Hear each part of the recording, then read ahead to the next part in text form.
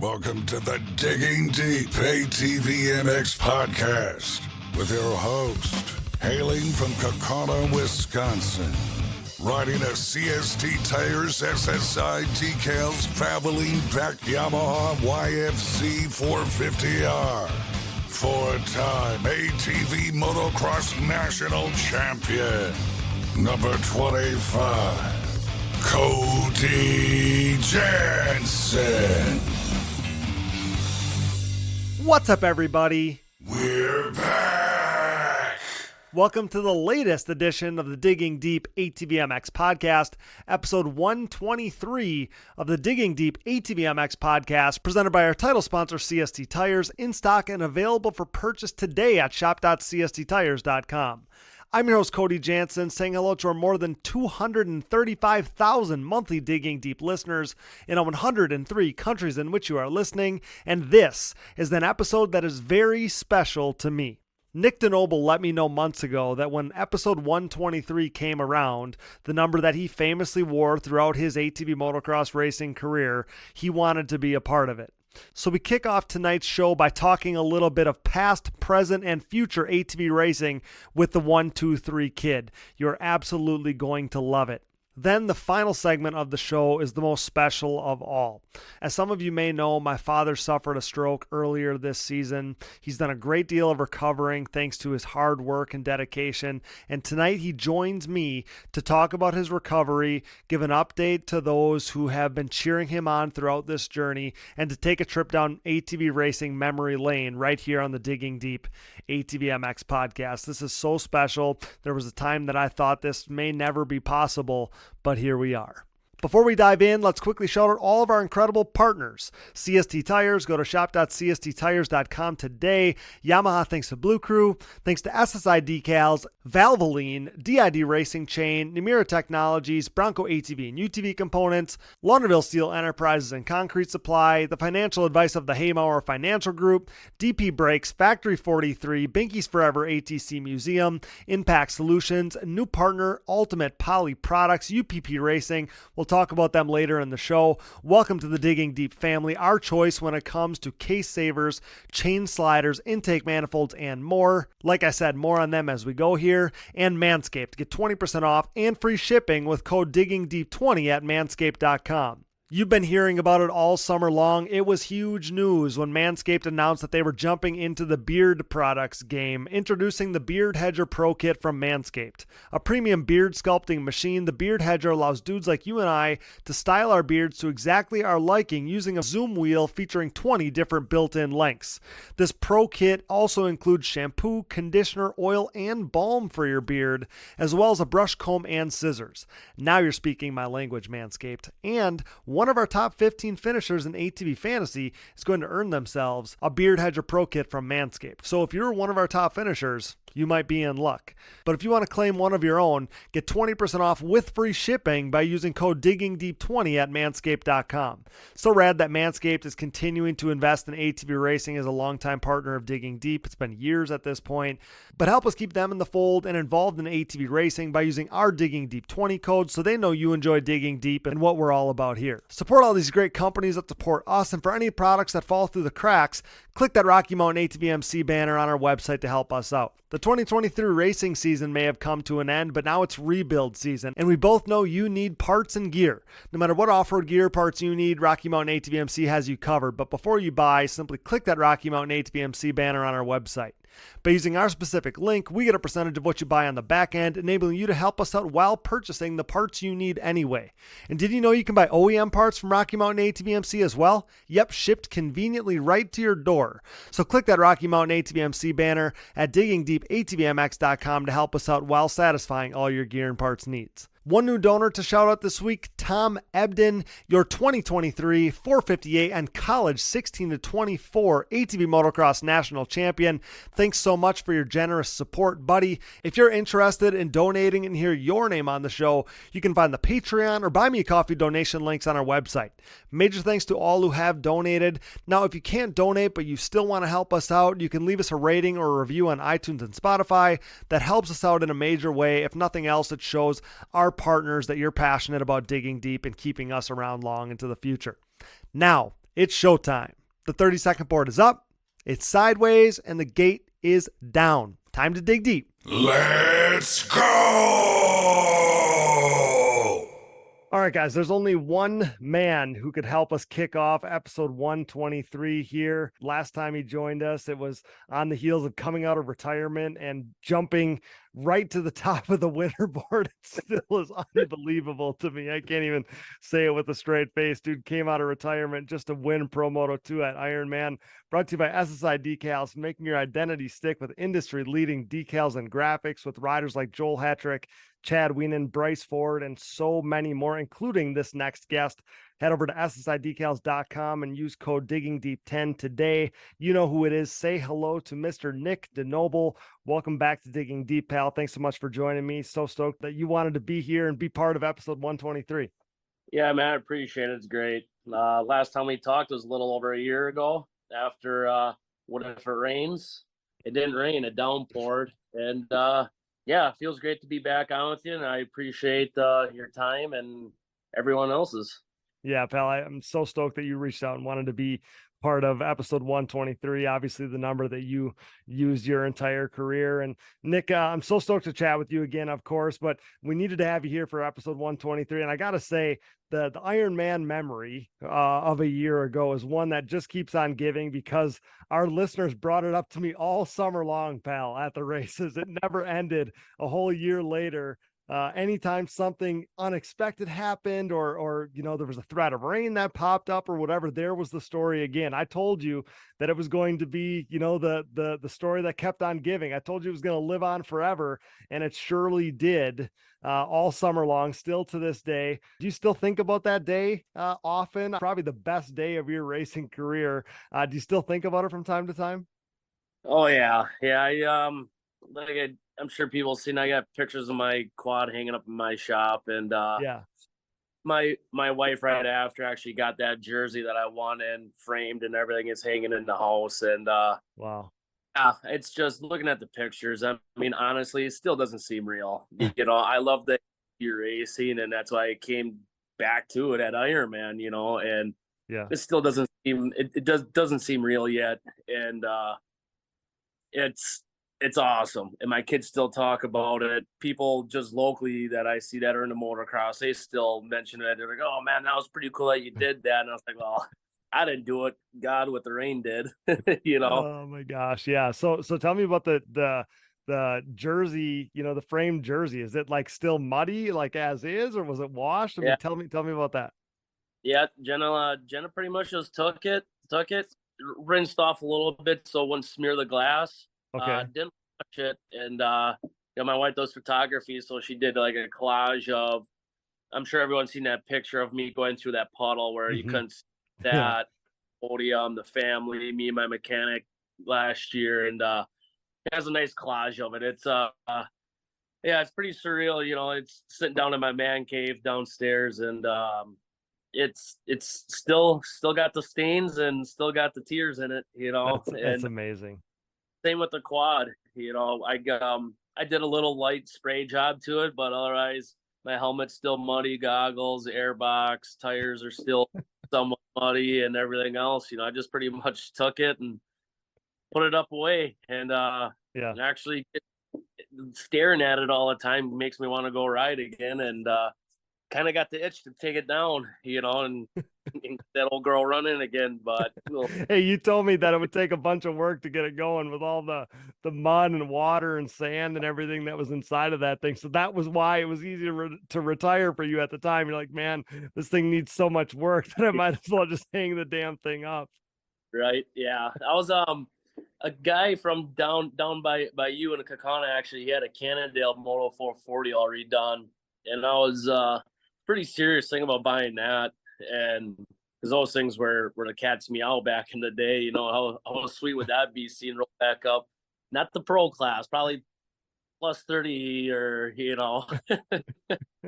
but I can't imagine you rolling up on a Cannondale of all things. Yeah, it's a little pricey, but it's those things are pretty BA. So Good collector quad. And I don't know, I actually when I put the quad up in the shop, I drained all the liquids and everything in it. I actually drove it. I drove it around when I got home and stuff. It actually ran pretty decent. So I don't think it'd take a whole lot of spit and shine to get that thing rolling again. Maybe a Sunset Ridge or something. Yeah, well, that would be good. The story isn't over. I figured it was never over with you, pal. There's always a chapter to be written yet. Yep. But yeah, that's awesome to hear. So the girls, they were getting into the riding thing the last time we talked. They were really enjoying it. Is that still going on? Like they still have the itch to do that? I know life gets busy and everybody's got their own activities and all that stuff. But you said that they kind of had the DeNoble racing blood in them. Yeah. I actually traded two of the girls' quads, and I had 4 of the kids' quads. Traded 2 of them in for a DRR 90.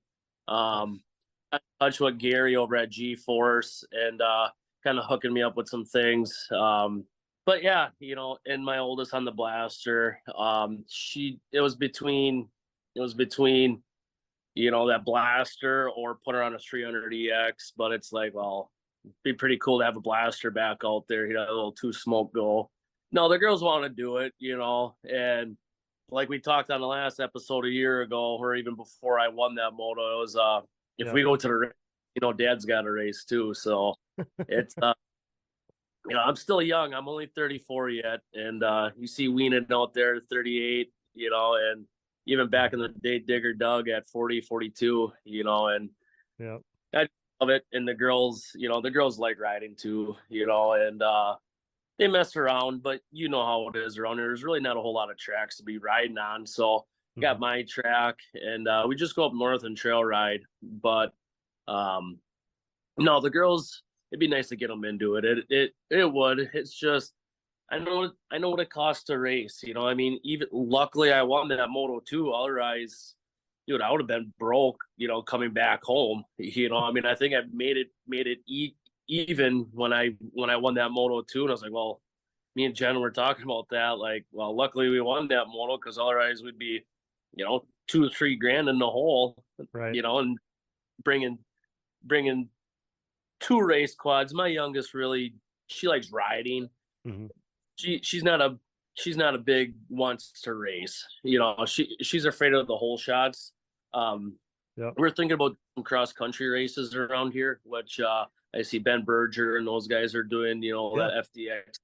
But I'm not a woods guy, and the girls like jumping too. So who knows? You might see us, in the next year or two. Well, especially when I got that DRR, I got rid of trail quads to get a race quad. Yeah, so you can't really trail ride anymore with those. No, no, it's so loud. Yeah. So who knows? My middle one and my oldest really want to try it. So I just got to get them built up. It's just hard to find parts for the Blaster, and I don't know that good of stuff, like people switching Banshee parts onto it and stuff like that, so I got to do a little more research with that. But maybe if I this year's good at work, we'll build those up and might see us at 1 or 2 races. I'm not gonna do the whole series, just too busy at work and everything else. And the girls like it, want to get into it, so who knows? Dad might just say screw it and let's go.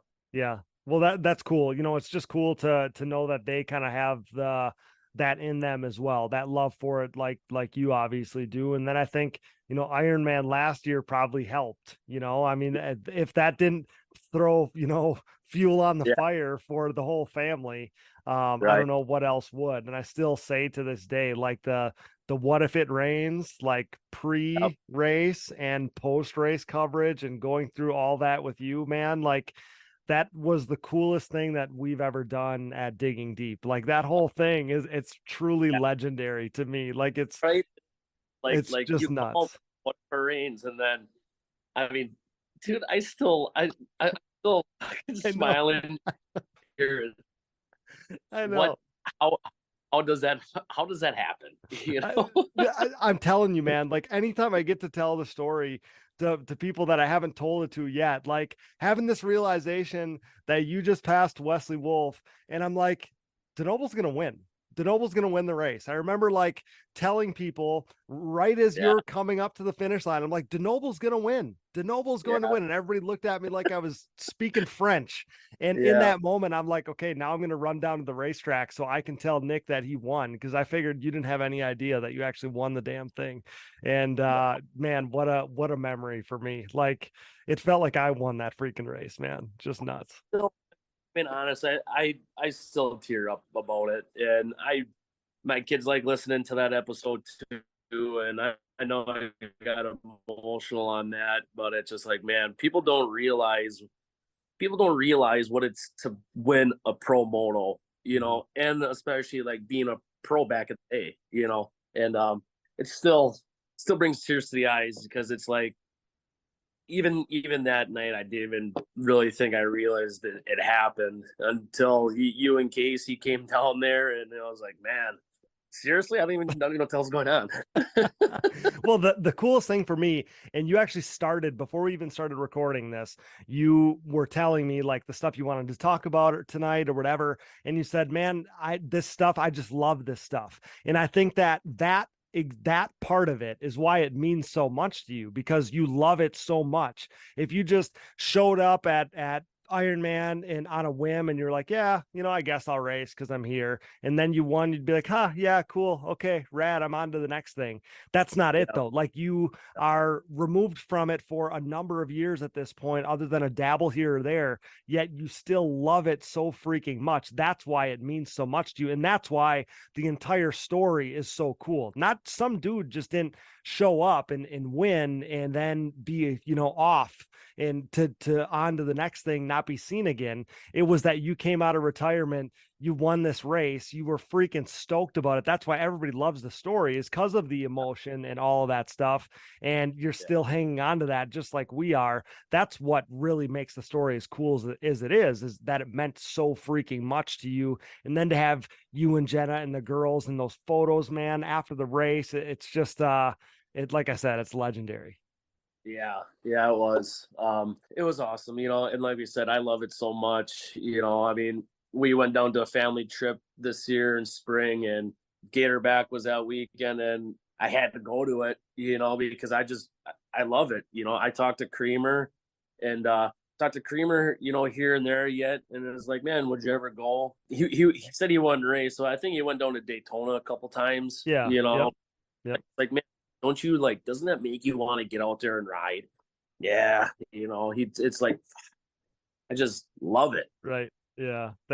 So that was, Nick, that was the very next thing on my list of questions to ask you was, you know, you returned to the races this year, obviously not as a racer, but you attended that race there at Gatorback. So tell me about that, because that was obviously a race that tons of craziness happened. Obviously that crash in the first corner with Wienen and Hetrick. We saw Chad get hurt there. That changed the course of kind of the season. We saw Bryce Ford get his first win of his career there, first moto win, first overall win of his career. He left that race as the points leader. And then obviously more tragic stuff going on when Zach Decker crashed, that gnarliness that was, and that whole thing, the heartbreaker that was. So you might have been at the race that was the freaking wild things just happened when you show up, obviously.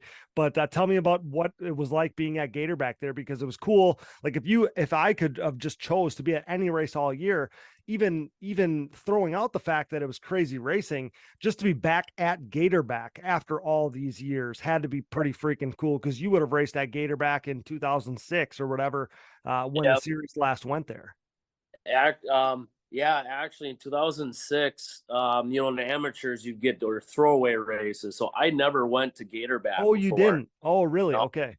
You know, we went from California, the Oak Hill, and then it went to Gatorback, and I was just in school and stuff at that time. So yeah, it was my first time there, and we rolled up. I was like, man, this track is badass, you know. Yeah. And it was like, you know how you get when you get to the track, like, this is my style of track right here. Yeah. And man, it was crazy. It was cool seeing Wienen and Hetrick again. I waved Gloop and Deckers, you know, before motos and stuff like that. But I really don't think people recognized who I was still, you know, because they only seen me one time in the last how many years, Right. And, it was cool. It was it sucks seeing Weenan break his collarbone like that. I knew something was up because it took him a little while to get back on the quad, and then he was just kind of cruising. Yeah. And went to go talk to him after that second moto. Or was it first moto? Second moto. First moto. And First it was moto. for yeah. First yeah. moto had happened because he was at the hospital during the second moto. Yep. Okay. Yep. And I went to go talk to him, and he was gone right away. And then went to go talk to Hetrick, and his back was all swelled up, his arm was all bloody and stuff. And I just let him kind of be. And I caught up with most of my buddies there before the race, after qualifying. Went and said hi to the Fords and congratulated Bryce on that. And yep. And that track was cool. Like, I don't know how it was riding it. It seemed like some jumps were kind of short and super peaky. Landings were, but it felt like it looked like a really flowy track. It was cool seeing Bryce win. Rastrelli up there running with him. Yeah, it was cool. It was about 45 minutes away from the house we were staying at. Oh, so, wow. So yeah, it was like a no brainer. I was like, and you didn't plan that ahead of time. It just worked out that way. Yeah, just kind of worked out. I was working, and then we just planned on going down there, and then looked at the schedule. Like, well, shit, Gatorbacks, that weekend. Jenna's stepdad, he used to race back in the 80s, the quads, and so he wanted to go see it too. So it was perfect, Wow. And the kids loved it too, So it was just an all around awesome experience. It sucked that all those accidents had to happen that early in the season, because everyone knew it was going to be Weenan and Hetrick battling it out. But it kind of equaled it out after Weenan, missed the second moto. Hetrick, he was rolling, but it was cool. And then Zach Decker, we seen that whole crash, and that was pretty nasty. We're standing by the announcer's tower, and it was like that whole moto was chaos. I believe Merman, he crashed, Star crashed. There's a handful of guys that crash that race, which, it was pretty scary. I know, and being that early in the season, it's like, man, it sucks. It's racing, but it was awesome. It was a cool experience. Next, if I go down there again, I'm gonna have to bring the old Honda down there, or the Cannondale maybe. Yeah. but yeah, I'd be a little scared to hit some of those jumps on a Cannondale. But yeah, speaking of Zach Decker and crazy crashes, scary crashes, that crash there, man. There's that video that they had, the camera that they had on the back of whatever rider that was in front of him, and just watching. Just watching. Yeah. It's like it's fake almost, because you never see a quad move like that in the air. And the way that his quad is clearly accelerating in the air, and the front end's just going up and up and up and sideways as he's just like, oh my gosh, man, it makes the hair on my arm stand up. So I'm so stoked to see him back out there, because he's such a great racer. He was fire. That was in the second moto. He was fire in the first moto. Remember, he finished in the top 3. It was the ride of a lifetime for him. And then to see that happen in the second moto was awful. But we know he's back on the bike. He's back training, and hopefully he can pick up where he left off. Looking forward to next year, because I think he's going to be a rider to reckon with for sure. Yeah, for sure. Yeah, it was pretty nasty. He's lucky that's all he walked away with was what Beamer, and is like, man, that's he's that was pretty nasty. Yeah. Scary stuff. We'll get right back to the show, but now a word from our sponsors. And thank you for listening to these ads. Without these great companies, none of this would be possible. Show your support for the people who support us.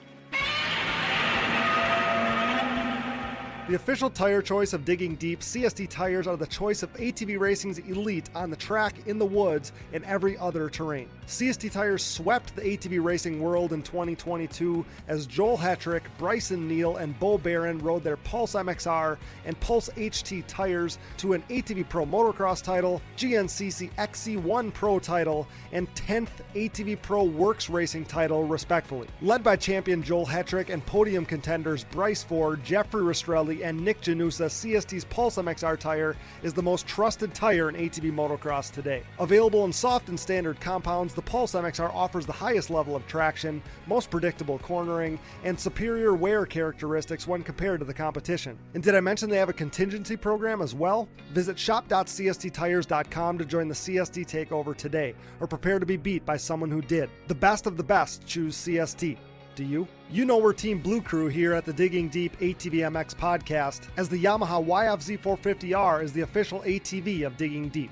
In a move started by 8-time ATVMX Pro Class National Champion Chad Wienen, who with his next championship will become the winningest champion in ATV motocross history, we are living in ATV racing's YFZ450R era. Alongside Wienen, 7-time GNCC XC1 Pro ATV National Champion Walker Fowler welcomed a pair of new champions to the Yamaha Champions Club, as the podium-proven Yamaha YFZ450R proved to be the winning choice for Joel Hetrick and Bryson Neal. This unprecedented success for the YFZ450R, its unrivaled quality and performance, and the clear fact that Yamaha is the leading OEM supporter of ATV racing has resulted in a complete Yamaha takeover within the sport quad market. Evident by the continuation of Yamaha's Blue Crew Racer Support Program, Yamaha riders will once again cash in on payout and prize opportunities in 2023, including a chance to win a brand new YFZ450R. For more info, head over to YamahaBlueCrew.com. Follow Yamaha Outdoors, as well as the new Blue Crew official channel on social media,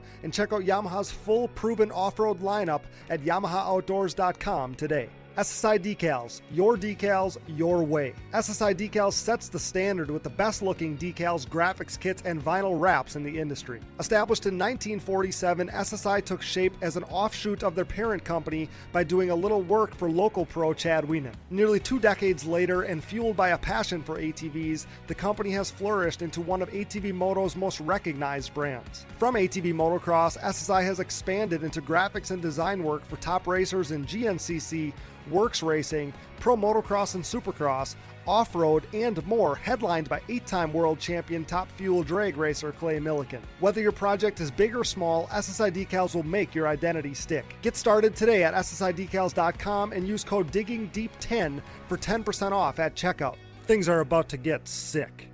The Digging Deep ATVMX Podcast is brought to you in part by DID and their wide range of championship-winning chains. From the street to the track and everywhere in between, DID chains are designed to give you the optimal riding experience with great performance and increased chain life. Consistent to the core, pick up your box of reliability today. DID, what drives you? We are proud to be partnered with Namura Technologies. For over 20 years, Namura has pushed the limit of value and reliability in the ATV and side-by-side market. Covering more applications than anyone in the industry, Namura's full line of cast and forged pistons, connecting rods, gasket kits, and industry-leading top-end repair kits and more have led to higher overall engine performance for your machine.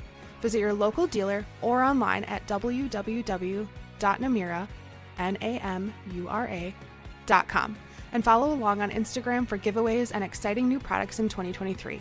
Namura Technologies, your one-stop shop engine component supplier. We are pleased to be partnered with Bronco ATV and UTV Components. Bronco has been an industry leader in replacement hard parts and accessories for all makes and models for over 15 years. With a catalog that includes a full line of electrical components, engine internals and cylinders, shock and suspension parts, winches, clutch kits, valves, carb kits, bearing kits, and drive chain parts, Bronco is your hard parts source for whatever you need for whatever you ride. Available exclusively through distributors around the world, visit your local dealer or online at broncoatv.com.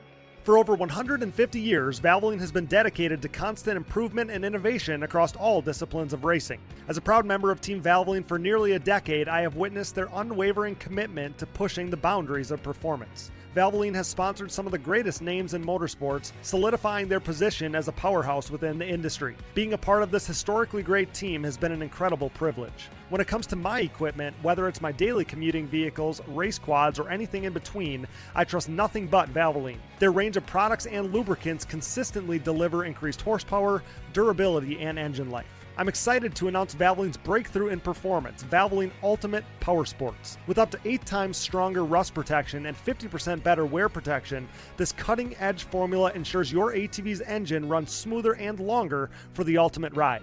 Tackle rugged terrains with confidence knowing your ATV's engine is equipped with the best protection available. Ready to experience the next level of performance? Head over to shop.valvolineglobal.com and use code DIGGINGDEEP10 at checkout to unlock an exclusive 10% off on your purchase. Don't miss out on this limited time offer to enhance your ATV's performance with Valvoline's Ultimate Power Sports engine oil. So we're obviously, that was the beginning of the season. So that was a long time ago at this point, but now we're obviously, a couple month and a half into the off season now. And one thing I wanted to chat with you about as we celebrate episode 123 here is off season improvements as a rider. I get asked so often how a rider improves in the off season, and that was always something that I thought you were really good at as an up and coming rider. Do you have any advice for riders out there as far as off season improvements, improving as a rider in the off season? Because, and I'll tell you where this sentiment comes from, why I associate you with this. It must have been like 2008 maybe. So what classes would you have been in like 2007? Would you have been in the A class then and then Pro-Am in 2008? Yeah, I thought so, as you nod your head here, because I remember we didn't go to all the races in 2008. And I remember getting to whatever, it was probably Walnut. It was probably Sunset Ridge in May or whatever of 2008.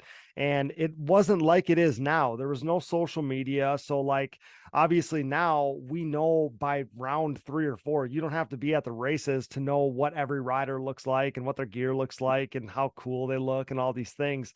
That's not how it was back then though. Like whatever you saw in ATV riders was all you were going to see. And Pro-Am maybe didn't get all the coverage or whatever. So I remember on Saturday watching you come out in Pro-Am Unlimited and winning your qualifier in 2008. And I was like, holy, you're all redded out, kitted. You looked like Joe Bird and all TLD gear and all that stuff. And I remember totally different vibes and gear and look from the year prior. And I remember watching this guy win his qualifier in Pro-Am Unlimited.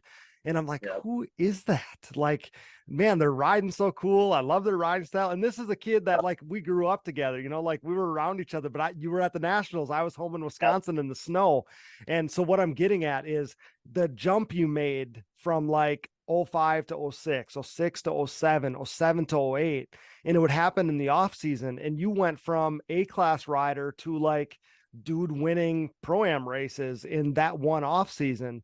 And I just wondered if you had any insight there and any advice for up and coming riders, because that's something that you were one of them at one time. Yeah. Honestly, mainly riding and seat time. I remember 2008, I was 2007 to 8, I was training with Bird there, and we just did a lot of riding. Working out and stuff helps, and then riding and just your mental setting. Mm-hmm. 2008, I was on a very good mental set, and it was between me and Thomas Brown and Clay Holmes.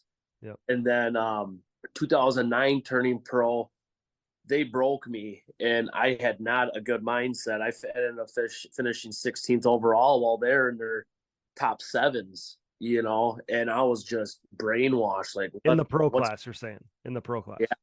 Yeah. Just I'm just mentioning that as as the mental game to it, know. Yep. Yeah. And then riding, and everyone gets arm pump. The way to get rid of arm pump is just ride, blisters, peel them off and ride. Yeah. Yep. And no, I think that you're so right. There's no substitute obviously for the riding portion of it. You obviously, the gym part of it is important too. You can't get away with obviously not training in the gym. You got to do that too. One thing you touched on though is the mental state, and that part is so important to me too, because I tell people from, not everybody can go to Deckers and spend the whole off season there, or spend from Christmas to the first race of the year there. Not everybody can do that. And I think that there are gains to be made by taking your mindset. Like I remember doing this as a young kid. I felt like I made strides in the off seasons as a young amateur too. Every year I became better in the off season, and I was at home in the snow, just like you were, not riding anywhere, but it was a mental thing. It was like, okay, like I did mental laps. I thought about race situations like every single day. Like it was just a mental switch for me. Like, okay, we got to go faster now, and this is how we're going to do it. And having a constructive plan on where you're going to get better. But I think that mental part of it is so important, because again, not everybody is going to be, spinning laps all winter long. But if you take that time, instead of kicking the dirt and saying, oh, poor me, I'm not down south riding, if you do mental laps, study tape. I mean, we hear about Brandon Hogue watching tape, getting better, watching him and Joel Hetrick and other dudes ride, videos of them. I think that the mental part, like, do every single thing you can. If you can't ride, do mental laps. That's the next best thing, at least in my opinion. And always riding with someone faster, but don't let that faster person break you either. Mm-hmm. Training with, I'm going to go back to 2011. I was training with Wienen and Hetrick down in Splendora, Texas. Wienen kind of did his own motos, and then me and Joel would do our own. And that was Joel's rookie year coming in there, and the kid was fast. I mean, he's Joel Hetrick, and Right. He was breaking me a little bit, but he also looked up to me, where that gave me the mental gain over him, and just riding with, riding with other people, I personally hated riding by myself, because you know how it is riding by yourself. You just pretty much put it, like when I would do it, I'd go moto and be talking to myself in my helmet saying, all right, Dustin Wimmer's in front of you, Chad Wienen, Doug Gus, Nick DeNoble in fourth, hit this badass jump and then land and make a turn perfect. And you get so hyped up about it. Oh, you passed this, Yep. And that's, the mental, I think the mental game has a lot to do with it. Agreed. I think that's a huge component. And again, I think it's important to, if that's the next best thing, if that's the only thing you got is to do mental laps, I think that's the next best thing. So the last thing I want to touch on here before we bring my dad in here, pal, is the next couple episodes that we're going to do here are covering pre-race and post-race, covering Team USA and focusing on Team USA. And can you imagine how cool the Team USA teams would have been in your era, pal? I mean, Team USA squad of Dustin Wimmer, Joe Bird, and Doug Gust. How about Doug Gust, Chad Wienen, and John Natale? John Bird together. Yeah, exactly. Josh Creamer, Jeremy Lawson, and Josh Upperman. I mean, man, how cool would that have been? Yeah, that would have been. I couldn't even imagine it. I mean, it's like, how do you choose a team? Because you had, I mean, nothing against these days, but racing back in 2009 to 2012, there was such a stacked class back then. Yeah. And it would have been hard to choose, because you could do your top three, but look at Digger, he wasn't winning every race. He took third overall, his last year, just consistency. Mm-hmm. Man, that would have been cool. That would have been cool. I always, when it came out, was at 2018, I believe, the Across the Nation started. 17, I think. Okay. When that came out, I was like, man, why didn't they do that back when we were racing? Right. Just the privilege to do that and go overseas and see all your other fans across the seas. Yeah. It's pretty phenomenal what they're doing, and I just want to give a shout out to Wienen, Hetrick, and Ford. Good luck, guys, and I know you guys are gonna do good out there, but shout out to them. It's a good team. I thought it was. Not that I don't know if it's a touchy subject, but I remember at the end of last year, they were saying it was going to be top three in points. And I believe Hogue took third last year, which it kind of caught me off of guard, because, I mean, I'm not going to lie, I'd be kind of pissed if I took third, and it's like, well, what the heck? Yes, his results weren't there this year, but that's what you strive for, you know? Yeah. Yeah. So, and we've touched on this on so many shows, so I hate to pry back into this, but yeah, like I would obviously be upset too, though at the bottom of that whole sentiment there is a disclaimer that says it's subject to change. And Okay. the one thing I will say, because I love Brandon, I mean, Brandon lived with us here, like my listeners know, like I love Brandon, and I can't wait for the day that he gets the opportunity. And I vowed to him he will get it. I promise him he will get it. Yeah. But as far as this year goes, Yeah. as Americans, at least we can, rest on the fact that the best 3 racers this year are Yeah. going to represent us, because Yeah. Bryce finished second in points, won 2 motos, won 2 overalls, and had 6 podiums. Like, dude is a freaking monster. Yeah. And I'm not taking anything away from I know him. that. I know that. Yeah, I know. Yeah, but I don't want him thinking that either. Like, Bryce is a good dude. His family's awesome. Yes. They've always treated me good, and he is fast. He is the new up and comer that's gonna win championships. It's bound to happen. Mhm. And yeah, it's a good team going over there, and it's cool they get to do it 2 years in a row, go and defend their titles, which is pretty cool. Because it would have, I mean, put myself in that shoes. Like, if I would have went and helped the team win, and then can't do it the year after, and after kicking ass, all season. Yep. Use my language, but it's pretty awesome. The part that gets me is, again, I feel bad for Brandon, just like you touched on, though. If Bryce would have put up the year he did and then didn't get to go over there, like that would have felt wrong as well. So and then for him to be kind of caught in the middle of it again is the part that sucks, where people are like, it's him versus Hogue. Well, it wasn't really. I mean, Bryce was all alone in second. It got close at the end with Wienen, but I mean, again, we're sending the right team this year. Yeah. Brandon Hogue will have his day. The one thing I do want to ask you, though, is can you imagine a tent with Chad Wienen, John Natale, and Joe Bird underneath it all together as one? Can you imagine? Remember 2005 and 2006, like the hatred Joe Bird and Natale had for each other? Yes. Yeah.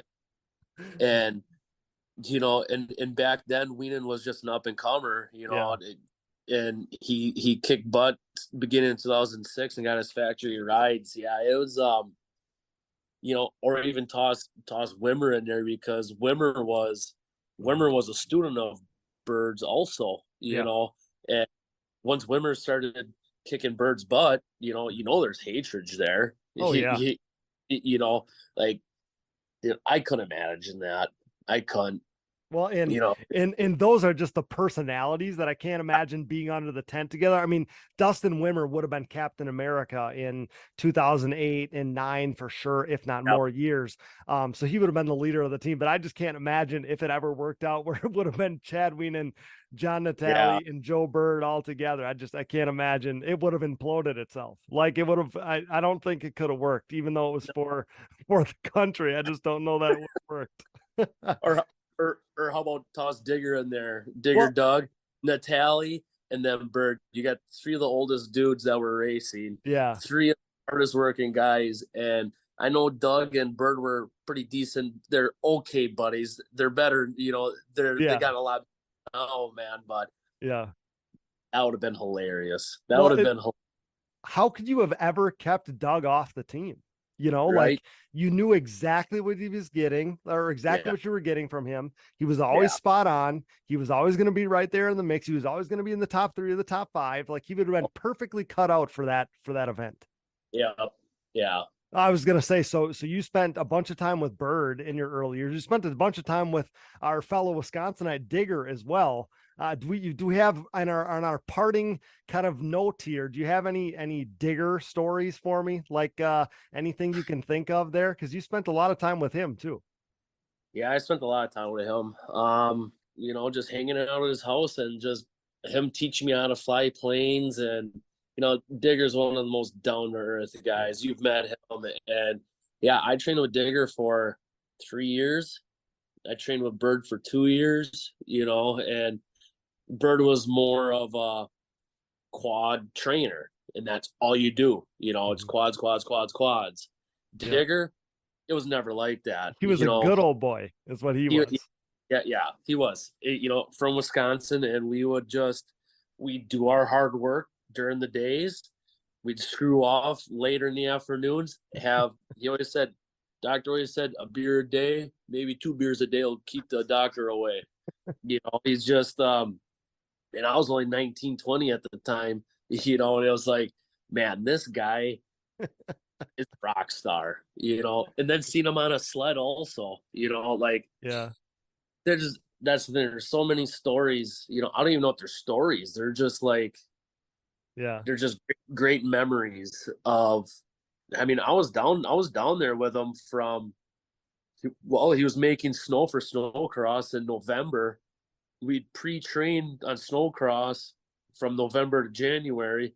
Then we'd fly in his plane and we'd go down to Walsh's.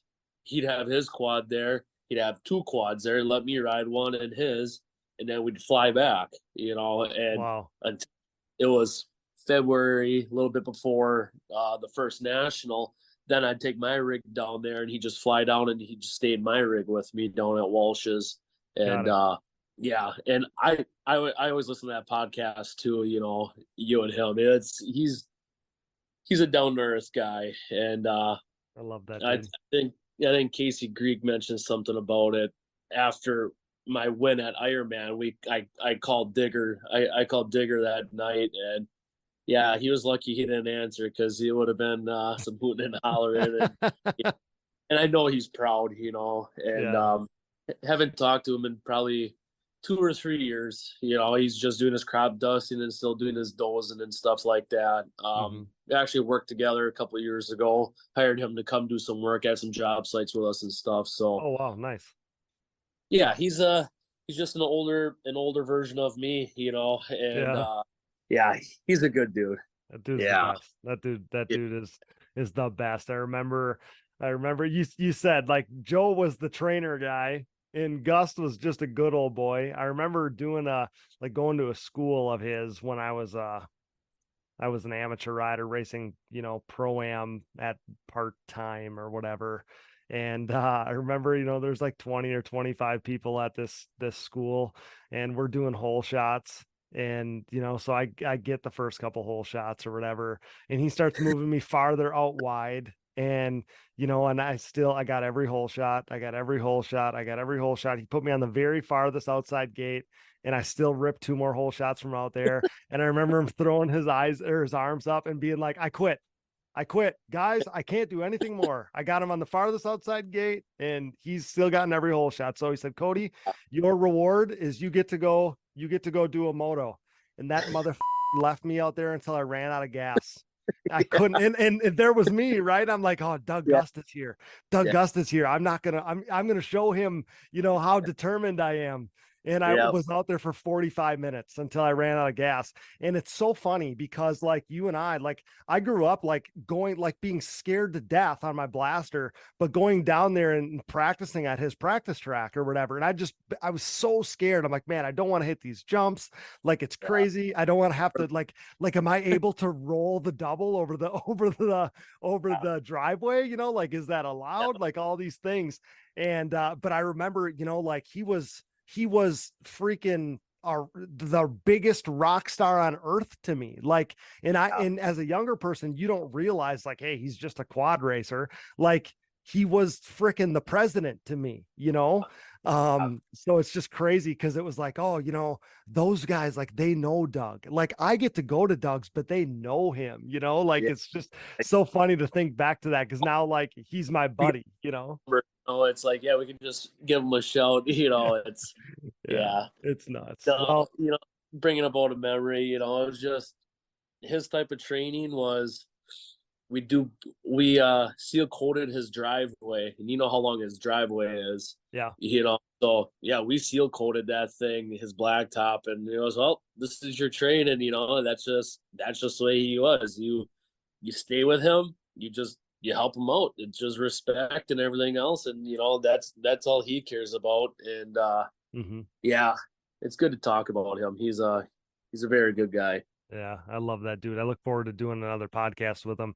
But you Yeah. have to have the stories ready for him because he's not gonna he doesn't No. he freaking doesn't remember, right? So I was figuring I could put him and TC together. TC knows every story, and I'll put him and Doug together, and it'll be great. That's my plan there. But buddy, this has been so much fun. I can't thank you enough for joining me for episode 123. It's only right that you're here for it.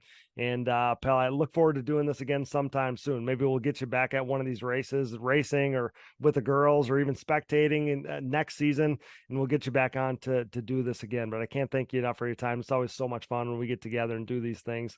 And yeah, I just can't thank you enough for your time, pal.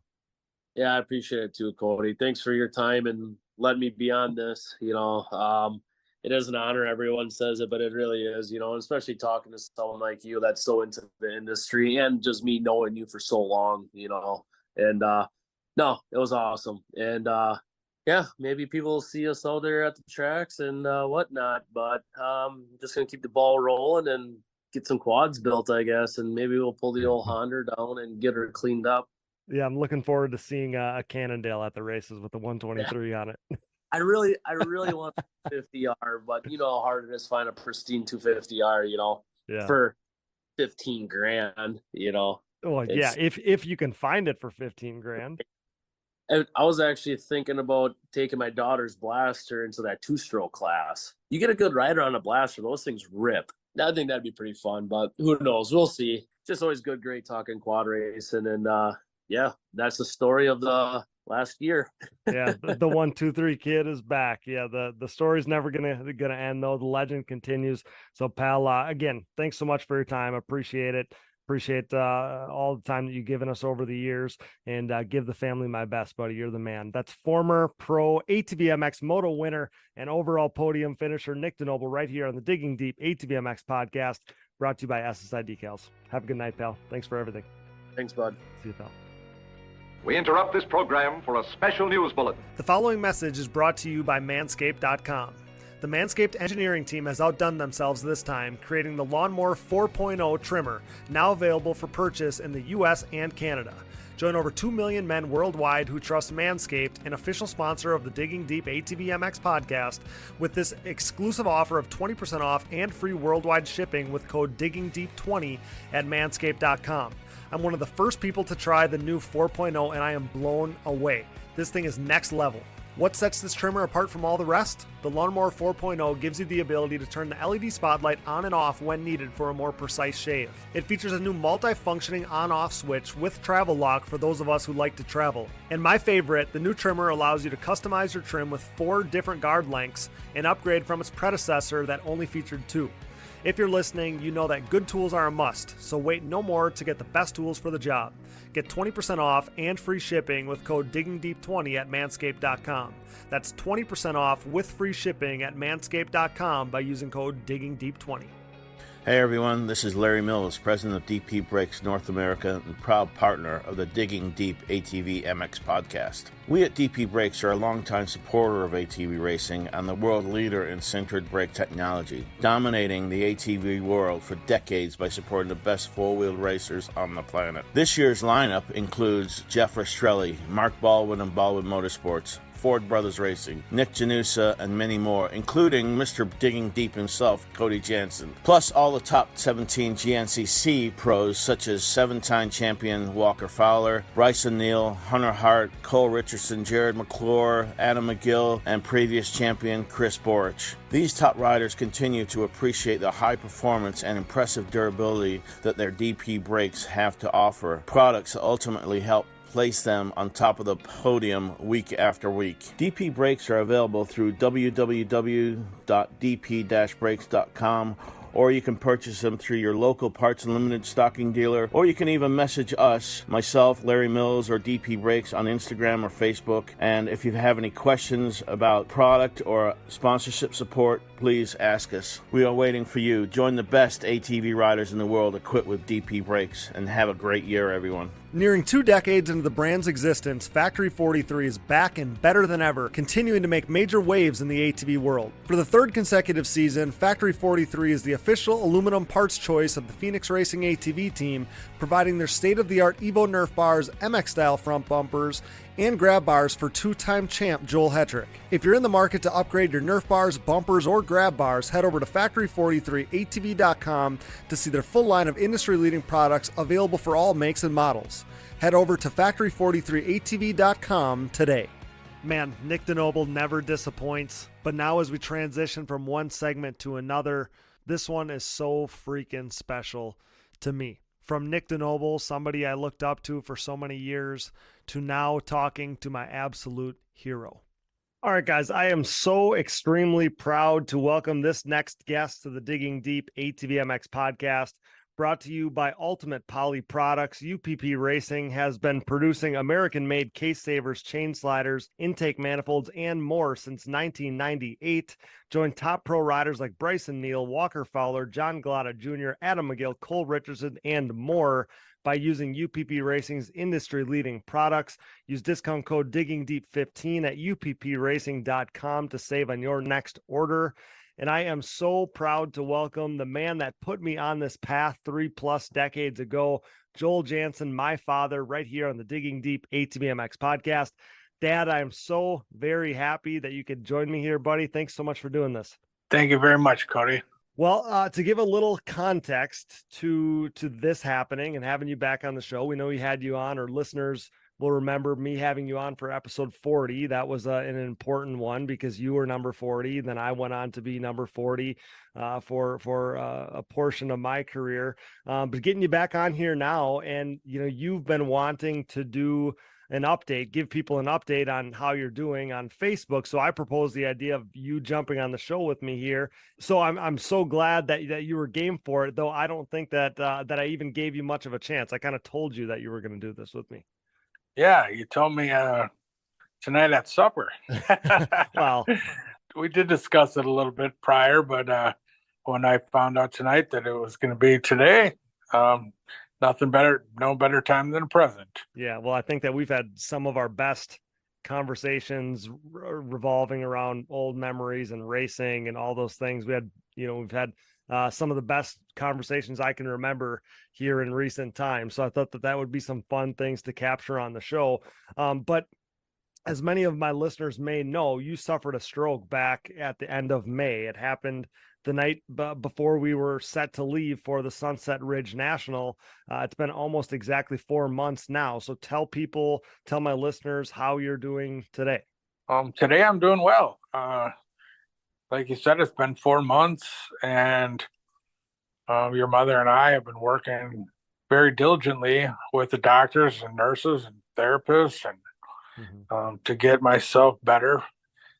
As you said, I had a pretty massive stroke 4 months ago, and I'm able to get around today. I'm using a cane. I'm able to get out of the house. I've been doing a little work in the shop. I think we're definitely progressing. Everybody's happy and I'm happy. So just keep moving forward. Yeah, that's awesome news, obviously, to share, something that as family members we're so proud of. And I think back to, obviously I had nobody that had ever had a stroke like close to me like this, but for all of my life, whether it was just hearing things as a young kid from, I don't know, you just hear about strokes or whatever, and strokes are such a scary thing. It's always been like I don't want to say a phobia, but a scary thing to me because, and I think it is for a lot of people. That's why I'm saying that, because after somebody has a stroke, you don't know what you're going to find on the back end of that, what that person is like on the back end. And that's why I thought, and it's obviously a journey, and it's something that we'll touch on a little further, is that, it's a journey or whatever to get better and to heal and all those things. But you are, I swear, and I tell people this, when I talk to you now, and then I think about talking to you 6 months ago, I swear you're the sharper, more aware one now. It's like you're the sharper version of you now than you were, a half a year ago. It's crazy. Yeah, I'm definitely cultivating my mind substantially more now than I have in the past. We worked with speech therapists, and they worked on helping me to search for things in my mind. But then again, being completely honest, doctors that were working with me prior to my stroke had given me medications that obviously were not beneficial to me. Mm-hmm. And a lot of my friends, as well as you and everybody else, has said they had me captured in my own mind, in my own body. And we've worked so hard in the last 4 months to make things better. And people from all over the country have told me that how much better I sound and how much better, easier it is to talk with me now. So it makes me feel great. Mm-hmm. Absolutely. I think you're obviously, sharing stuff that I didn't know if you were going to want to, but yeah, I mean, you were over medicated, but not by choice. You were over medicated and you were trapped inside your body, which is ironically how some people think of or how some people experience a stroke, yet you're describing what you were like pre-stroke. And you took the opportunity when in the hospital rehabbing from suffering the stroke to detox from medicine you didn't want to be on anyway. And now you are here today and able to recount memories and talk about, things and have way deeper conversations than you weren't even able to have those before, because your mind wouldn't let you go there. Yeah, it's a crazy thing, but I guess the only thing I would recommend to your listeners is to make sure that you ask questions when they're giving you medications. Mm-hmm. Just don't take them, because I was taking them as prescribed, and it was definitely affecting me greatly.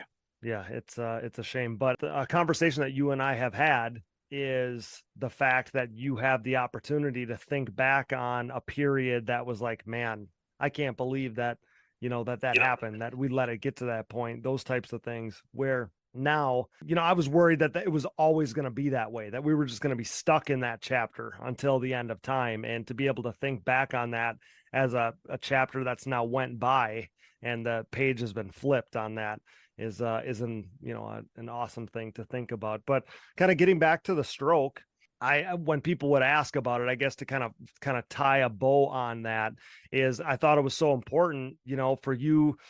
I proposed the idea of doing a video for Facebook, and I think we still should do that. But having people be able to listen to you now, that's why it instantly was like, hey, why don't we do an episode of the podcast? Because people are going to be able to hear you and hear your voice and hear how good you're doing.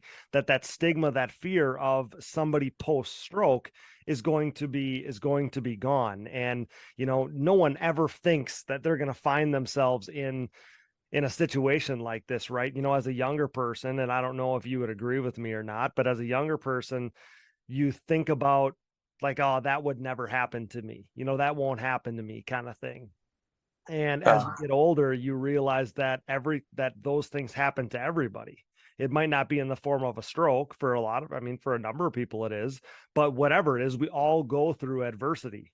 And then, you learn that, you get thrust into this stroke life, and instantly you suffer a stroke. And right away, I want to listen. I want to read books and listen to audiobooks and do as much learning about strokes as I can. And you learn that it's the number one debilitator in the United States. It's the number 3 killer of Americans today. And you think about where we are, where you were basically given, or us as a family were given a path where, it's difficult. And I don't want to speak for you. I can't speak for you because you've been working your ass off for the last 4 months to be as good as you're doing, as well as you're doing. But to think that things could have been so much worse, the cards that we dealt could have been so much worse. And you might have not been, given the opportunity to fight or get better or all those things. What an amazing thing that is to think about, that the cards set in front of us were cards that we had a hand that we could play with, kind of thing. Yeah. We're in therapy a few days a week, and I see people older than me and younger than me and my age that are doing better than we are, and lots of them that aren't doing as well as we are. And people from, all our race family has people in their 30s, 40s, 50s, 60s, 70s, 80s, and, beyond have contacted us, and people telling me about their recovery. and we're only 4 months in, and I know Seth Lee is at 2.5 years, and he's still working on a daily basis. So it's awesome that we're able to learn and understand that we have time, and this is just a hurdle, and we'll get over it. And Seth has been so awesome for you, right? I mean, I know that he was reaching out and messaging and conversing about his experience versus yours from the very stages of this. So he's been an awesome asset for you. Yeah, he's been great. And I look at Seth and think, great, I can get better. When I started, the first month in the hospital, you question how, am I going to be normal again? My speech was impaired, and obviously my right side was greatly impaired at that time. And Seth was always there, which is awesome. Yeah. I mean, you think about those first days, and I don't want to kind of giving the listeners a glimpse into like what life was like at the beginning there. And you were stuck. It was like you were paralyzed, because one half of your body did not work at all. And so you were stuck laying down in bed asking for us to grab you a glass of water, grab a straw for you to drink off of. And you couldn't get, then that transitioned, you got better, you got more stable. They moved you to a different portion of the hospital. And even when you moved there, you couldn't get out of bed by yourself. You couldn't move in bed by yourself. You obviously couldn't get out of the chair by yourself. All those things. Fast forward a few weeks, and now you're able to get out of bed. You were able to get out of your chair. You were able to, I remember those days where it's like, hey, we went 6 feet in the walker today. And then the next day it was 12. And then the next day it was 25. And those were huge feats. And a week went by, or 5 days went by, and you were able to go from your room to the gym with the walker. And now you get up and down out of chairs easier than pre-stroke. You're walking or you're tooling around with your cane. You walked all the way into the hospital with just your cane last week. I mean, the progress has been exponential. It's been crazy, right? But it's one of those things as you, and it's like all of us as a person, you want to improve as a rider, you want to heal from an injury, you want to, everything you're trying to do, you want to just see that, advancement at the drop of a hat. But then when I'm standing, on the sideline watching you do what you do, you see these giant gains that you have. And, we're only 4 months in to think, I try to tell people that, they'll never tell you you're going to make a full recovery, but I think you're clearly, from my perspective, going to make as full a recovery as possible because of the way that you've been working so hard and the way that your body's been responding to this. I look at it, Cody, as it might have been a season-ending injury, but it wasn't a career-ending injury. Yeah, that's an amazing way to put it. So my career isn't over. Yeah. My season might be, but my career is not.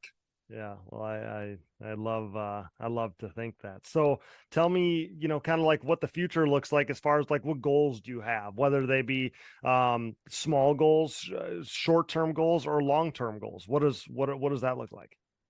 My long term is to get back to the Packer games, get back to deer hunting, and get back to the racetrack. Those are my main goals. Okay. Long term. Short term goals are to just continue at the rate we're going, and maybe we were able to throw the lift chair away, and then we threw the wheelchair away, and then we threw the walker away. Maybe someday I'll be able to throw the cane away. Mm-hmm. Yeah.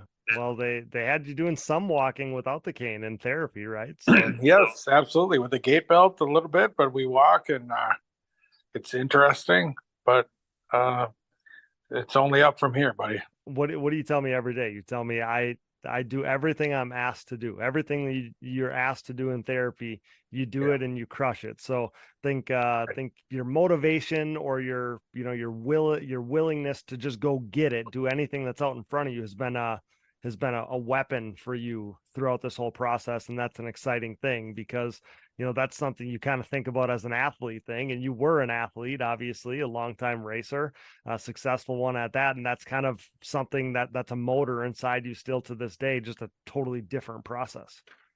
Yeah, I agree 100%. I do what they ask me to do. when I'm in therapy, and they're very happy with my goals and my work ethic. And I do the same thing at home. Your mother and I do lots of exercises here, and just looking forward to the future. Yeah, I love it. I'm so proud of you, obviously, for all your hard work and how far you've come. It's an amazing thing, just unreal. All the progress that you made, all your hard work, and where you're at today. We're so proud. But let's transition into talking a little racing then before we get out of here, because you've been sharing some old racing photos that have been getting a ton of interaction on social media in recent days and weeks. And I'd love to have you talk a little bit about some of these, because, and I told you even before you started, or maybe when you started posting these things, that I thought it was such a healthy thing for you and your mind to think back on memories and stories and all these things. And at the beginning you were posting some of the old school, wheeling the dirt bike around and looking exactly like Dallas, mind you. You look just like Dallas in some of those photos. And then you got to posting some photos of you on that CRF hybrid Liger quad that you must have had in the early 2000s, early to mid 2000s. Yep. 2004, 3, 4, 5, that area right there.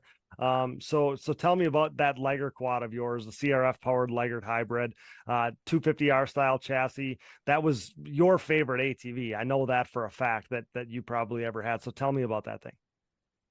That was a great machine we built years ago with the help of Mark Lager from Lager ATV.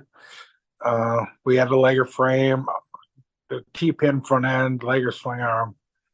Elka built me some great shocks. When our first work with Elka years ago, Woody Kyle helped me with some engine components and wrath, and just, that thing was a weapon. It was at the transition from 250Rs to hybrids. So you got to race. I could race that machine in 250A open and 4-stroke. Yeah. So I could take one machine, and on a good night, I could win 3 classes on one bike. Yeah, and you didn't lose very often on that quad. No, that quad was very successful. Yeah, for sure. And there was very few of those built. That specific T-pin front end Liger chassis, there was very few of those. I mean, you could maybe count on 2 hands how many was built, right? Am I correct in saying that? I know there wasn't a lot of them. I don't know the exact number. I know there's people that have them, but maybe some people will contact us and let us know how many are actually out there. Yeah, not many, like you said. So you posted a picture of me on the P-Dub years ago. So yeah, that was a proud time for Mom and I. I remember, I tell the story all the time. I remember hopping on that thing for the very first time in Grandma and Grandpa's backyard and going, couple acre backyard, pinned all the way down into a pine tree in the back. And that's how my first foray on 2 wheels started. Your first jump, you hit the garden, which led you into the pine tree. Oh man, I don't remember what my response was to that whole thing. I do. Oh, you do? Tell me. Yeah, you cried. Oh, I'm sure I did. But then you got back on. Okay. So that's back on it. So that's a sentiment that I was going to say. I don't remember that. I remember crashing my very first race on my 4-wheeler at the circle track at Atwater, and crashing in the first corner and crying. I'm pretty sure crying. Maybe I didn't. I don't know. But I remember the flagger saying, "You don't have to race." He was probably telling me that because I was crying. I'm like, no, I'm going to race, and kept on keeping on. So I'm glad to know that was consistent throughout my whole upbringing there, is that I was going to get back on. You always got back on, buddy, from 4 years old till the big Texas crash. You got back on. Yeah, that's funny. So we had some photos of you doing the mini champ thing, or the little race car thing, the sport truck thing. So people who aren't local to us here, it's a snowmobile motor and a little car chassis, right, Dad? Correct. Yeah, Phaser snowmobile, 485. They do just a little over 70 miles an hour on the straightaway, and they were a blast. They were a lot of fun, and there's a lot of people race it. So and it's 3 miles from the shop. So it made for a good race. Made good for fun Thursday nights. And Yeah. I always tell people that you were the local pro, you were the local fast guy, local guy to beat on an ATV, but that was the same way in the sport trucks too, Dad. Yeah, it was. Fortunately, we got around pretty good. Oh, that's awesome. So the next photo you shared was at Atwater, and I think you were on your 250R, the red 250R. You got somebody on your outside there, but the tires on the outside of the racetrack make me think it's Atwater. And I was going to ask you what your favorite 250R was. You had a number of them over the years, but I think this was your favorite one. That was another legger 250R with the Curtis Sparks engine at that time. Okay. Oh, is that okay? So time out. Is that the 250R heads that got mix matched with Jeremiah Jones? Absolutely. No, I'm sorry. The one that got mixed with Jeremiah Jones was LRD power valve.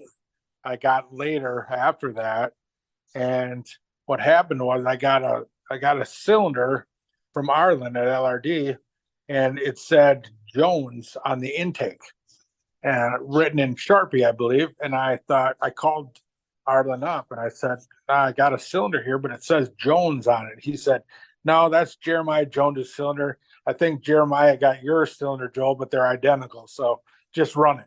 Wow. So I did, and I won on it. Oh, that's awesome. But yeah, I knew you built a number of 250Rs over the years, and I thought that the one in this picture here was the one that you oftentimes talked about as your favorite. Yeah, it was. It handled so well. The shocks, the suspension, and then the engine, the whole combination, it was awesome. It handled just superb. What we should do is I'll edit up the video of this for YouTube so that we can plug the photos in with the video of you talking about it. That would be something enjoyable for our listeners. The next photo you shared was a starting straight full of Banshees and one LT. But tell me about this. Was years earlier. This was at the beginning of your ATV racing career, I believe. Yeah, that was I believe in 1989. Okay. At Assalon Cycle Club in southern Wisconsin, and one other guy in the video or the photo was Tom Lanfear that worked with me at the Yamaha shop at that time. Okay. And then David Enders was on the other Banshee. He became a successful sprint car racer. And I haven't figured out who the guy in the Quadzilla is, but that was some real fun grassroots back in the day, running Hoosier tri-tracks on a Blue Groove. It was slippery. My bikes were all top end at the time, narrow power bands, and it made for interesting driving, but it was fun. Yeah, it's crazy to think about the Banshee being the quad of choice. And I know that you massaged the Banshee thing years later. You had Banshees that could barely be beat. If they didn't break, they won. They won.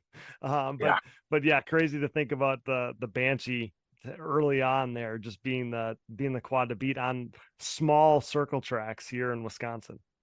Yeah, it doesn't make a lot of sense, but they were fast. I still think if you had had a Zilla like Bill Berger had and set it up very well, they would have been hard to beat because they had that 4-stroke kind of torque. Yeah. But I had the Banshees working real well, and then later on, with that Lone Star chassis I had, and LRD built me a stroker engine back in the day, and before we were doing our own engines, and yeah, it was amazing. Yeah, that's awesome. I know I won several hundred races on that machine. Oh yeah, for sure. Like I've said to people before, it was weird when you didn't win. Thank you. That was the winning was the standard for sure when I was growing up for you. But what about kind of as we finish up here, do you have like a favorite race that comes to mind? If you talk about like your favorite races as a racer, does anything come to mind there? I could go on for hours, I think, buddy, but I guess if I had to pick one, I had a memory of Atwater, the short track at Atwater, starting in like 12th or 13th place on the start, and by the end of the race, I passed up to second. I didn't get the win, But I made so many passes that I had the dirt bike or the flat track bike guy standing on the fence. Mm-hmm. I remember that like it was yesterday. So Yeah. to tell the listeners kind of about this racetrack too, it's almost like a little amphitheater. It's like in a little bowl, and people are on the sides of this bowl. And that was that is my most memorable race as a spectator of yours as well, because I don't remember why you were on like the fourth row.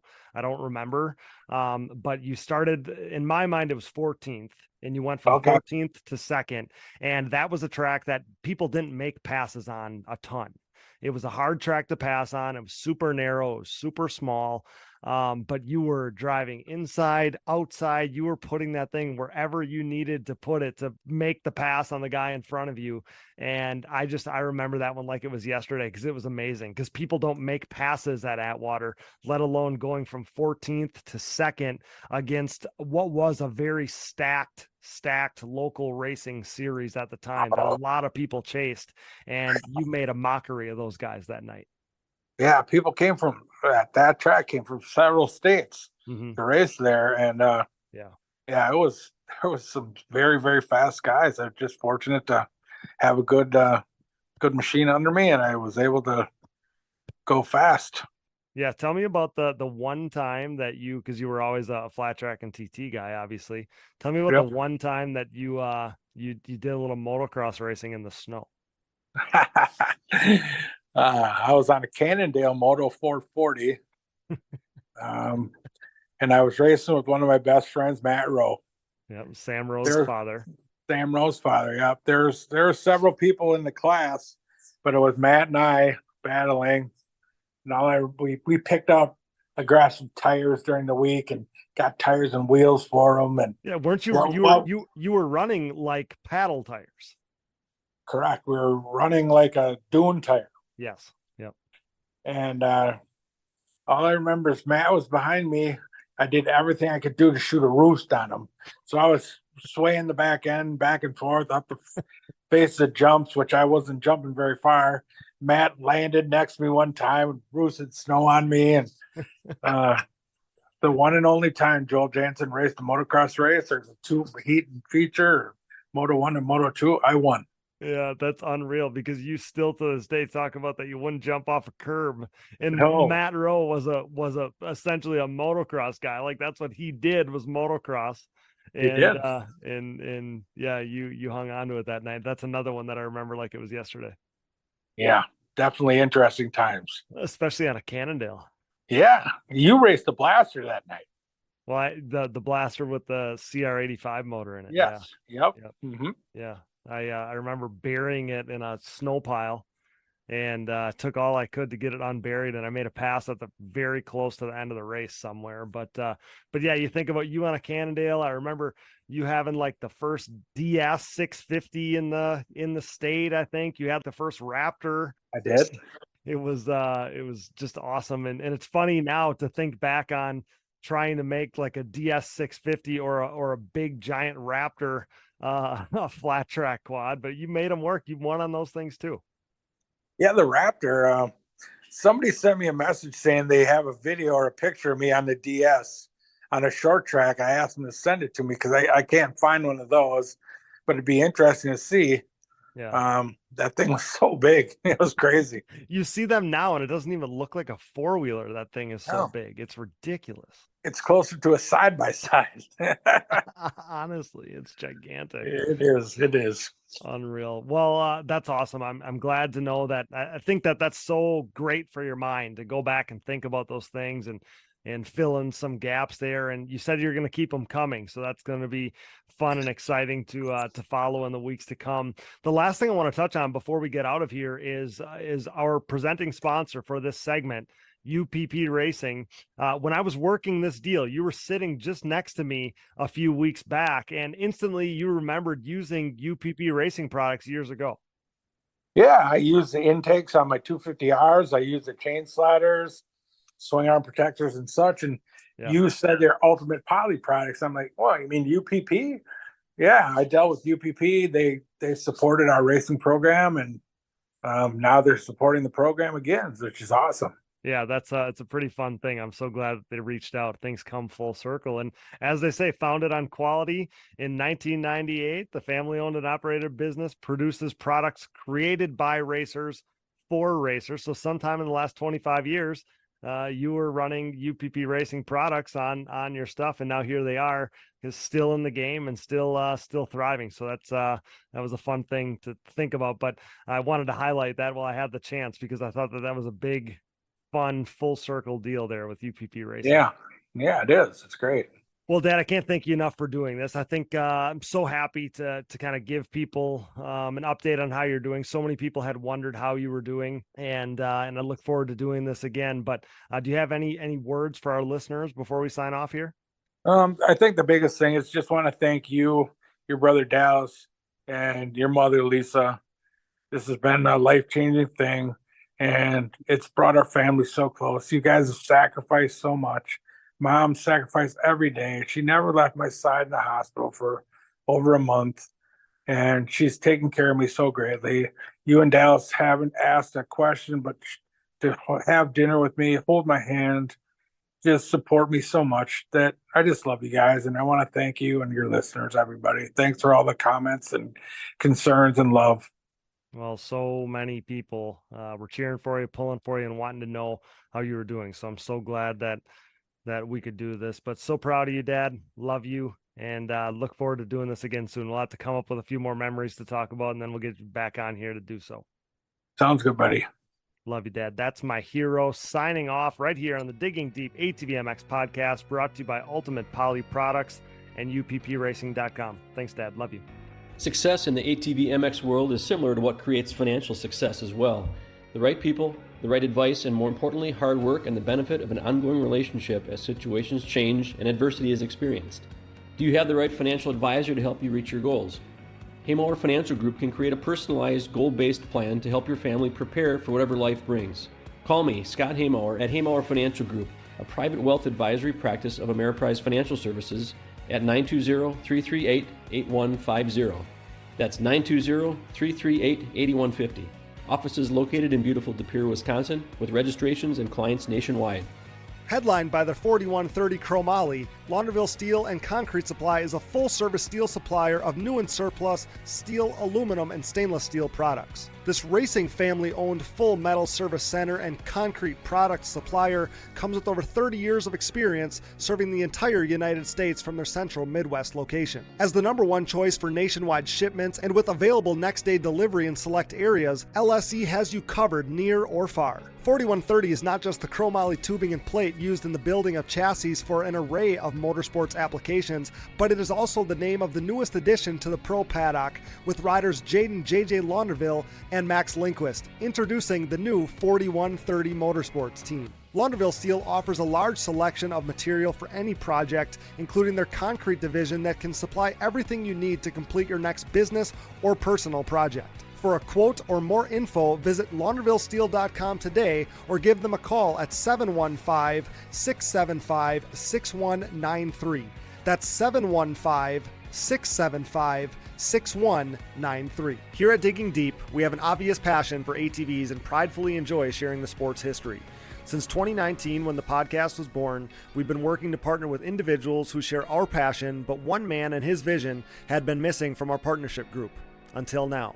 When it comes to the sport's history, the hallowed grounds of Binky's Forever ATC Museum has it all. Binky Tapscott's mind-blowing collection of 3- and 4-wheelers has preserved history by spanning all makes and models, from Honda 3-wheelers in chronological order to unique builds that shaped ATV racing as we know it, like Doug Gust's iconic DRZ-powered hybrid thumper and everything in between. There's no denying Binky's passion, a passion that we certainly relate to here at Digging Deep. Binky's goal is to share his amazing collection with fellow enthusiasts by making his prized possessions accessible to the public via scheduled visits. Follow Forever ATC Museum on Facebook and watch foreveratc.com for further updates on possibly getting a chance to see Binky's Forever ATC Museum for yourself. We are proud to welcome Binky's Forever ATC Museum to the Digging Deep family. As the #1 podcast in ATV racing, it's only right that we partner with the industry leaders in suspension tuning. Insert Impact Solutions. Impact Solutions is a full-service ATV and side-by-side suspension center specializing in the revalving and service of your motocross and off-road suspension. With over 25 years of elite-level knowledge, experience, and testing with riders of all ages and ability levels, Jay Goebel and the Impact crew strive to exceed clients' expectations for service and setup. Impact Solutions is the official Elka Suspension Service Center of the United States, offering unmatched product knowledge and experience. Whether you're in need of service, parts, warranty, sales, or technical support, Impact Solutions has you covered. Head over to ImpactSolutionsATV.com or give them a call today. With the desire to keep you in the race, Ultimate Poly Products offers the ultimate protection collection of case savers, chain sliders, intake manifolds, and more. Founded on quality in 1998, this family-owned and operated business produces products created by racers for racers. These industry-leading products are proudly made and manufactured in the USA, with their case savers being made of the highest quality American-made polyurethane on the market and designed to completely conform to your engine case to help prevent case damage from a thrown chain, because no one wants to be a spectator on race day. Join top pro riders like Bryson Neal, Walker Fowler, John Glotta Jr., Adam McGill, Cole Richardson, and more by using UPP Racing products. Use discount code DiggingDeep15 at uppracing.com to save on your next order. Ultimate Poly Products, made to last longer so you can ride more. Thanks for listening, and remember to support our partners. Now back to the show. Man, I sure am proud of this one. And it was so good to be back. Dallas was gone for a couple weeks. I got a new job, so I was up this morning at 2 a.m. editing audio on my lunch break. It's been craziness, but it's so good to be back. Thanks to tonight's featured guests, Nick DeNoble and my dad, Joel Janssen. Thanks to producer Dallas Janssen, my brother, for all his hard work. Thanks to Brooke and AMA official Harv Whipple. Thanks to photographers Ken Hill and Logan Tremelin of Tremelin Media House. Thanks to all of our donors. You know who you are. We appreciate you so much. Thanks to all of our partners. CST Tires. Go to shop.csttires.com today. Yamaha, thanks to Blue Crew. Thanks to SSI Decals, Valvoline, DID Racing Chain, Numera Technologies, Bronco ATV and UTV Components, Lauderdale Steel Enterprises and Concrete Supply, the financial advice of the Haymauer Financial Group, DP Brakes, Factory 43, Binky's Forever ATC Museum, Impact Solutions, Ultimate Poly Products, UPP Racing. So extremely stoked to have those guys on board. Use code DiggingDeep15 at uppracing.com, and Manscaped to get 20% off and free shipping with code DiggingDeep20 at manscaped.com. Support all the brands that support our show, and don't forget to use those codes to save. You can find it all on our website, and be sure to click that Rocky Mountain ATVMC banner for all your gear and parts needs and to help us out in the process. And most of all, thanks to you guys for listening. Attention ATV fantasy players and top finishers from 2023. We are just about in the next day or two to start our draft of our top prizes. I've been holding off a little bit, trying to let our signed memorabilia, our signed jerseys and stuff come in from our pro riders. I didn't want to jump the gun and then have some of these riders send stuff in after you guys already picked a prize. So I think we got most of what we're going to get, and we are ready to let the fun begin with that. So I just wanted to give you a heads up on that. All ATV fantasy info can be found at atvfantasy.com. Shop.diggingdeepatvmx.com is your go-to spot for all of our merch. And if you're looking for another easy way to help support us, visit our website and click the Patreon or Buy Me a Coffee buttons. This allows you to set up a one-time or monthly contribution to support our efforts. If you want to leave us a voicemail, the number is 920-569-3519. You can follow the show on social media, Digging Deep ATVMX Podcast, and myself, Cody Janssen, for additional content coverage and more fun stuff as we head into the off season here at the Digging Deep ATVMX Podcast. You can find us on Apple Podcasts, Google Podcasts, Amazon Podcasts, Spotify, Stitcher, and more. Wherever you find podcasts, you'll find the Digging Deep ATVMX Podcast. All episodes, additional podcast providers, sponsor links, and discount codes, show merchandise, fantasy info, and more can all be found on our website, diggingdeepatvmx.com, so check that out today. Be a friend, tell a friend. Please download, subscribe, rate, review, and share. And with that, for Nick DeNoble, Joel Janssen, Brooke Janssen, Dallas Janssen, and I'm your host, Cody Janssen, thanks for listening to and making us the most listened to podcast in ATV racing, with more than 235,000 downloads last month in 103 total countries. Until next time, thanks for joining us in Digging Deep with the Stars of ATV Motocross. Next up is our coverage of the 2023 Quad Cross of Nations from Italy.